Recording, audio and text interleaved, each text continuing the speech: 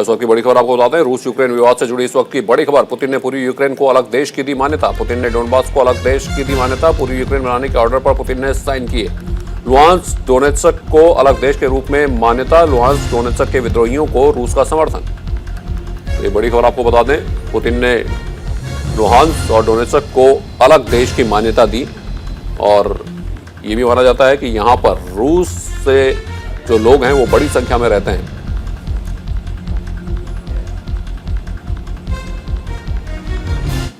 और इस वक्त की एक और बड़ी खबर, रूस के फैसले के बाद डोनेत्स्क में जश्न का माहौल। अलग देश की मान्यता के बाद डोनेत्स्क में आतिशबाजी। पुतिन के फैसले पर लोगों ने डोनेत्स्क में मनाया जश्न। तो ये बड़ी खबर आपको बता रहे हैं। रूस के फैसले के बाद ये तस्वीरें डोनेत्स्क की है जहां पर आतिशबाजी देखने को मिली। दरअसल ये जो यूक्रेन से जुड़ा हुआ राज्य था, यहाँ पर रूस के जो लोग हैं वो बड़ी संख्या में रहते हैं और लगातार उनकी ये मांग रही है और ऐसे में रूस के फैसले के बाद डोनेत्स्क में जश्न का माहौल है। तो ये तस्वीरें इस वक्त आप देख रहे हैं, अलग देश की मान्यता के बाद डोनेत्स्क में आतिशबाजी, और ये सीधी तस्वीरें इस वक्त हम आपको दिखा रहे हैं।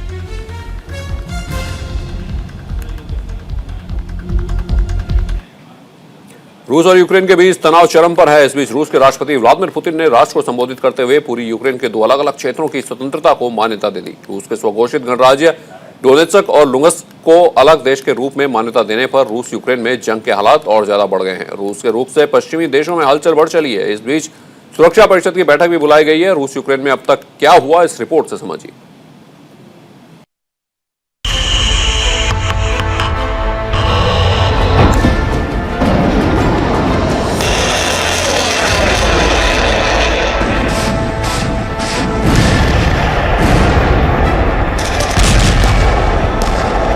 इन 2 तस्वीरों को ध्यान से देखिए। पहली तस्वीर रूसी सेना की न्यूक्लियर एक्सरसाइज की है। दूसरी तस्वीर पूर्वी यूक्रेन के डोनाबास इलाके से लोगों के पलायन की है। यूक्रेन संकट से जुड़ी ये 2 तस्वीरें मौजूदा हालात को बयां करती हैं। रूस लाख मना करे, ये तस्वीरें रूस के खतरनाक इरादे को दुनिया के सामने रखती हैं। रूस ने यूक्रेन की सीमा से अपनी सेना की वापसी की खबर दुनिया को देकर खुद को भला बताने की कोशिश की। युद्ध की संभावना से इनकार किया। ऐसी खबर के लिए पश्चिमी देशों को जिम्मेदार बताया। लेकिन रूस की ताजा हरकत साफ बता रही है कि रूस भरोसे के लायक नहीं। रूस के राष्ट्रपति व्लादिमीर पुतिन पर भरोसा नहीं किया जा सकता। यूक्रेन की सीमा से लगे बेलारूस में रूस की सेना की न्यूक्लियर एक्सरसाइज की तस्वीरें डराने वाली है। इस इलाके में रूस ने अपने न्यूक्लियर क्षमता वाले सैन्य हथियारों का पक्का परीक्षण किया, जिसके माध्यम से रूस ने अपनी न्यूक्लियर ताकत का खुला प्रदर्शन दुनिया के सामने किया। साथ ही रूस ने यूक्रेन और उसके पीछे खड़े अमेरिका और अन्य यूरोपीय देशों को बेहद खतरनाक संदेश दिया। नहीं पीछे हटे तो न्यूक्लियर वॉर तय मानकर ही आगे बढ़े। रूस ने बेलारूस के साथ मिलकर प्लान्ड सैन्य अभ्यास के तहत न्यूक्लियर वॉर वाली क्षमता को परखने का काम किया है। न्यूक्लियर क्षमता से लैस ऐसे सारे हथियार जो धरती पर और समुद्र में प्रहार करने में सक्षम हैं, उनकी रियल टाइम टेस्टिंग की। इस सैन्य अभ्यास का दायरा बेलारूस के साथ साथ ब्लैक सी तक देखने को मिला। काला सागर में भी रूसी सेना की सक्रियता काफी बढ़ी हुई दिखी। इस न्यूक्लियर अभ्यास के तहत रूस ने अपने सबसे लेटेस्ट हाइपरसोनिक क्रूज और परमाणु सक्षम बैलिस्टिक मिसाइल का सफल परीक्षण किया। इस सैन्य अभ्यास में Tu-95 बम वर्षक और पनडुब्बियां भी शामिल रहीं। इस परमाणु युद्ध अभ्यास का महत्व और अधिक बढ़ता दिखता है जब यह जानकारी सामने आती है कि इस सारे बेहद खतरनाक मिलिट्री एक्सरसाइज का निरीक्षण मॉस्को में बैठकर बेलारूस के राष्ट्रपति और रूस के राष्ट्रपति व्लादिमीर पुतिन के साथ मिलकर किया गया। यूक्रेन और रूस की तनातनी के बेहद खतरनाक होने के संकेत देती है ये न्यूक्लियर वॉरफेयर वाली एक्सरसाइज। दुनिया के तमाम देश अपने नागरिकों की सुरक्षा को लेकर चिंतित हो रहे हैं। ये परेशानी अमेरिका के व्यापार में सबसे ज्यादा झलकती है। अमेरिका लगातार रूस को गंभीर नतीजों की धमकी दे रहा है, जिसमें सख्त आर्थिक प्रतिबंधों के साथ बम गोलों से करारा जवाब देना शामिल है। डिप्लोमेटिक स्तर पर भी रूस पर लगातार दबाव बन रहा है, तो इसके साथ साथ अमेरिका तमाम सामरिक तैयारियों में भी जुटा है। अमेरिका ने परमाणु हमला करने में सक्षम B-52 बॉम्बर्स जेट को यूरोप में तैनात कर दिया है। अपने सबसे आधुनिक स्टेल्थ फाइटर जेट्स F-35 को भी भेज दिया है। इसके साथ ही यूरोप के कई देशों ने भी अपने अपने फाइटर जेट्स की तैनाती कर दी है। वहीं रूस भी पीछे हटने को तैयार नहीं है। एक तरफ तो रूस यूक्रेन की सीमा पर अपने सैन्य ताकत को बढ़ाता जा रहा है, तो वहीं दूसरी तरफ पूर्वी यूक्रेन में रूस और यूक्रेन का टकराव अलग ही खतरनाक संदेश दुनिया को दे रहा है। दोनों देश एक दूसरे पर बमबारी कर रहे हैं। अलगाववादियों को आगे कर रूस परोक्ष रूप से युद्ध भड़काने का काम कर रहा है। साथ ही रूस अपने नागरिकों को डोनाबास इलाके से निकालने का काम भी तेजी से कर रहा है। जिस तेजी से रूस इस काम में जुटा है, उसके इरादे सही नहीं लगते। रूस यूक्रेन से सटी सीमा के आसपास रह रहे लोगों को लगातार बाहर निकाल रहा है। यूक्रेन सीमा से सटे डोनेट्स्का से लोगों को निकालकर रूस भेजा रहा है। अब तक करीबन 7 लाख लोगों को पासपोर्ट जारी किया जा चुका है। रूस के राष्ट्रपति व्लादिमीर पुतिन ने निकाले गए हर नागरिक को 10,000 रूबल यानी करीब 10,000 रुपए की आर्थिक मदद देने का भी ऐलान किया है। इस मामले पर रूस और यूक्रेन दोनों ही देश दुनिया को गुमराह करते दिखते हैं। रूस का आधिकारिक पक्ष यही है कि पिछले कई दिनों से यूक्रेनी सेना हमले कर रही है, जिसमें कथित तौर पर 2 नागरिकों की मौत हो गई है। हालांकि यूक्रेन की सेना का कहना है कि उन्हें कोई भी जवाबी कार्रवाई न करने का आदेश है। दोनों देश कुछ भी बोले, डोनाबास इलाके की स्थिति गंभीर बनी हुई है। दोनों पक्षों के बीच जारी बमबारी में जान माल के नुकसान की खबरें लगातार सामने आ रही हैं, जो दुनिया को कभी भी महायुद्ध की शुरुआत का आभास करवा रही हैं। तमाम तरह की डिप्लोमेटिक पहल की जा रही है, तनाव कम करने की कोशिश जारी है। इस दिशा में सबसे कारगर पहल फ्रांस की तरफ से देखने को मिल रहा है। फ्रांस के राष्ट्रपति इमैनुअल मैक्रों पहले भी पुतिन को समझाने की कोशिश कर चुके हैं, लेकिन बात नहीं बनी। इस बार राष्ट्रपति मैक्रों ने बड़ी पहल करते हुए रूस और अमेरिका के राष्ट्रपति को आपसी बातचीत के लिए एक टेबल पर आने के लिए तैयार कर लिया है। बताया जा रहा है कि इसके लिए मैक्रो को काफी मशक्कत करनी पड़ी। रविवार को पुतिन के साथ 2 बार फोन पर लंबी बात की। पुतिन के अलावा उन्होंने अमेरिकी राष्ट्रपति जो बाइडेन से भी काफी देर तक इस मामले पर बात की, जिसके बाद फ्रांस के राष्ट्रपति भवन की ओर से बताया गया कि अमेरिकी राष्ट्रपति जो बाइडेन और रूसी राष्ट्रपति व्लादिमीर पुतिन आपस में मिलने के लिए तैयार हो गए। दोनों मैक्रो की ओर से प्रस्तावित शिखर वार्ता के लिए तैयार हुए। मैक्रो ने अपने प्रस्ताव में यूरोप में सुरक्षा और रणनीतिक स्थिरता पर चर्चा करने की बात रखी है। हालांकि इस प्रस्ताव के साथ उन्होंने यह शर्त भी दोनों के सामने रखी है कि यह मीटिंग तभी संभव है जब रूस यूक्रेन पर हमला नहीं करेगा। Bureau report, news India.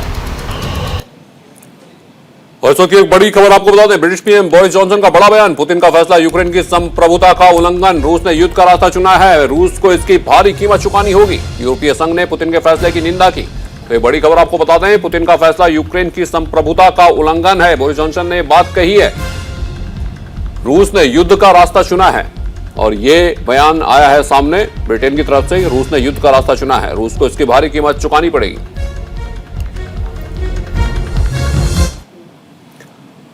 और रूस के फैसले पर यूक्रेन का पहला बयान, रूस के ऐलान करने से कुछ नहीं होता। जेलेंस्की ने कहा, यूक्रेन हर चुनौती से निपटने को तैयार है, यूक्रेन की सीमाएं जैसी हैं वैसी ही रहेंगी। तो ये बड़ी खबर आपको बता दें, रूस के फैसले पर रूस ने जो 2 हिस्से हैं उनको आजाद देश घोषित किया है, और उस पर यह जवाब आया है। रूस के ऐलान करने के बाद यूक्रेन ने कहा कि वह हर चुनौती से निपटने को तैयार है, और जो सीमाएं रहेंगी वही सीमाएं बनी रहेंगी। इन 2 हिस्सों को अलग घोषित करने का, अलग राज्य, अलग देश घोषित करने पर पुतिन का तर्क यही था कि क्योंकि यूक्रेन की कोई हिस्ट्री नहीं है जिसमें कि उसे एक राष्ट्र के तौर पर स्थापित किया जाए।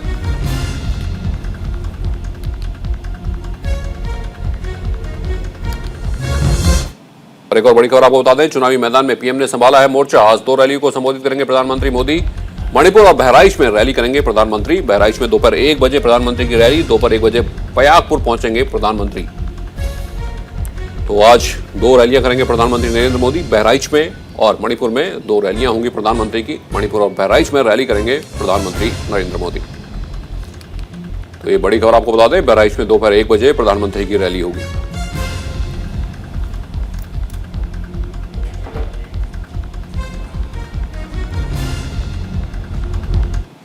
गृहमंत्री अमित शाह यूपी में करेंगे चुनाव प्रचार। 12:45 पर वो कायसपट्टी प्रतापगढ़ में जनसभा करेंगे, तो 2:15 पर कोरांव प्रयागराज में करेंगे जनसभा। 3:45 पर प्रीतम नगर प्रयागराज में जनसभा करेंगे।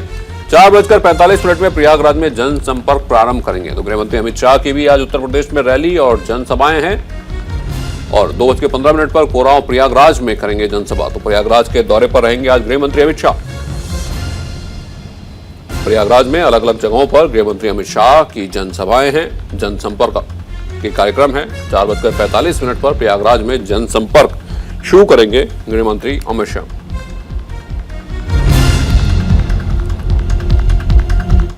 और एक और बड़ी खबर आपको बता दें, रक्षा मंत्री राजनाथ सिंह का भी आज यूपी दौरा है। 12:30 बजे सिकंदरपुर बलिया में जनसभा करेंगे, तो 2:30 बजे खजवी गोरखपुर में जनसभा करेंगे। 3:50 पर पिपरौली बाजार गोरखपुर में जनसभा करेंगे। तो बलिया और गोरखपुर में राजनाथ सिंह का आज दौरा है, तो चुनावी जनसभाओं को संबोधित करेंगे राजनाथ सिंह बलिया और गोरखपुर में।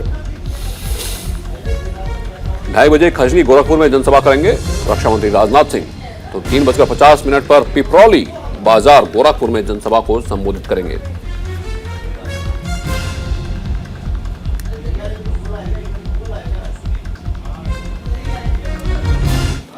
वहीं बीजेपी अध्यक्ष जेपी नड्डा का भी आज उत्तर प्रदेश दौरा है। 12:30 बजे सच्ची कॉलेज देवरिया में जनसभा, तो 2:15 पर रपसर इंटर कॉलेज बलिया में जनसभा। 5:30 बजे गोरखपुर में संगठनात्मक बैठक करेंगे जेपी नड्डा। भारतीय जनता पार्टी के तमाम दिग्गज नेता, बड़े नेता आज उत्तर प्रदेश में चुनावी रैली और जनसभाओं को संबोधित करेंगे। 12:30 बजे सच्ची में, तो 2:15 पर रपसर इंटर कॉलेज बलिया में जनसभा करेंगे जेपी नड्डा। 5:30 बजे गोरखपुर में संगठनात्मक बैठक करेंगे जेपी नड्डा और संगठन से जुड़े हुए कार्यकर्ताओं और पदाधिकारियों से मिलेंगे। बीजेपी अध्यक्ष जेपी नड्डा का भी आज यूपी दौरा। 12:30 बजे सच्ची कॉलेज देवरिया में जनसभा है, तो 2:15 बजे रपसर इंटर कॉलेज बलिया में।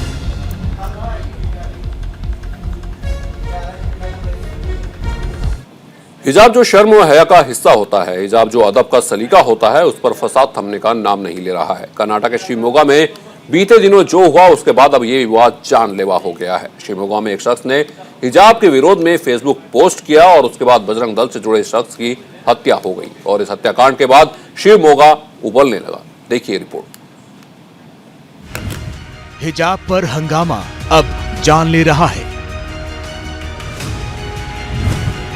कर्नाटक में बजरंग दल के हर्षा की हत्या। कानपुर वाराणसी में हिजाब पर बढ़ा बवाल। कर्नाटक पिछले 1.5 महीने से हिजाब की आंच में झुलस रहा है। हिजाब के साथ स्कूलों में एंट्री का मामला अब खिंचता जा रहा है। सियासी ही नहीं, अदालती लड़ाई भी जारी है। लेकिन कर्नाटक में रविवार को हिजाब के विरोध में एक लड़के की जान चली गई। कर्नाटक के शिवमोगा में रविवार रात 9 बजे बजरंग दल के कार्यकर्ता हर्षा की चाकू मारकर हत्या कर दी गई। बताया जा रहा है कि 26 साल के हर्षा ने कुछ दिन पहले फेसबुक पर हिजाब का विरोध किया था और भगवा गमछे के समर्थन में पोस्ट लिखा था और हत्या को इसी से जोड़कर देखा जा रहा है। दरअसल कर्नाटक के उडुपी में हिजाब विवाद सामने आया, जिसके बाद बजरंग दल काफी सक्रिय है।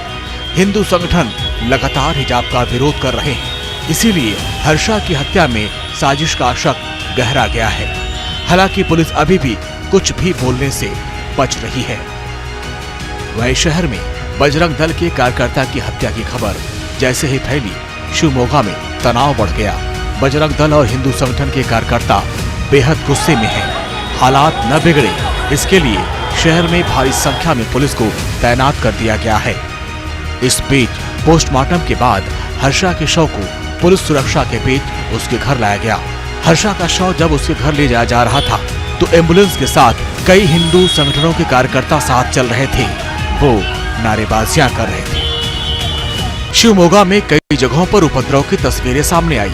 सिगेहट्टी इलाके में उपद्रवियों ने कई गाड़ियों में आग लगा दी। बढ़ते हंगामे को देखते हुए शहर में धारा 144 लागू कर दी गई। शिवमोगा में 2 दिन के लिए स्कूल कॉलेज बंद कर दिए गए। राज्य के गृह मंत्री अरागा ज्ञानेंद्र हर्षा के परिवार वालों से मिलने पहुंचे। परिवार वालों को ढांढस बढ़ाया।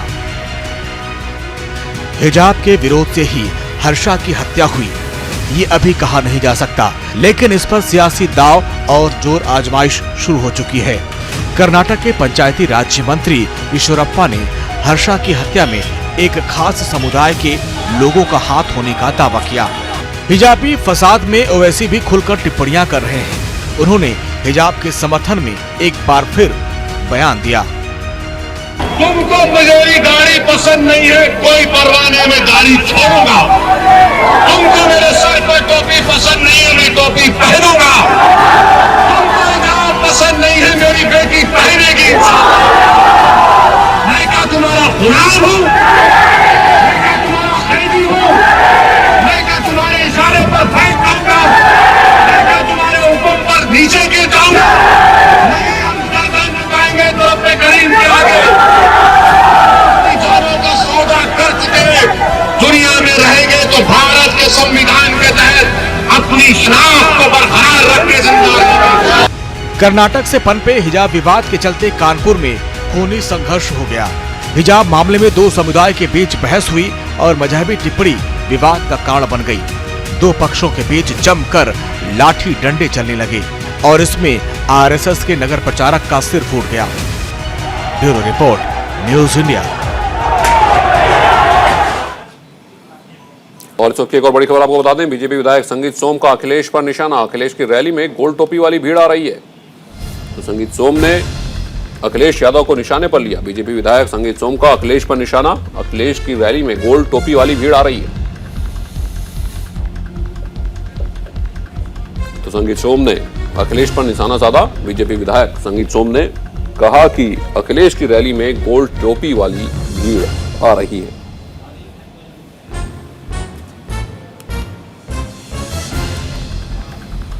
बीजेपी विधायक संगीत सोम का बयान। तो अखिलेश की रैली में गोल टोपी वाली भीड़ आ रही है। संगीत सोम ने अखिलेश यादव पर निशाना साधा। बीजेपी विधायक ने संगीत सोम अखिलेश की रैली में गोल टोपी वाली भीड़ आ रही है।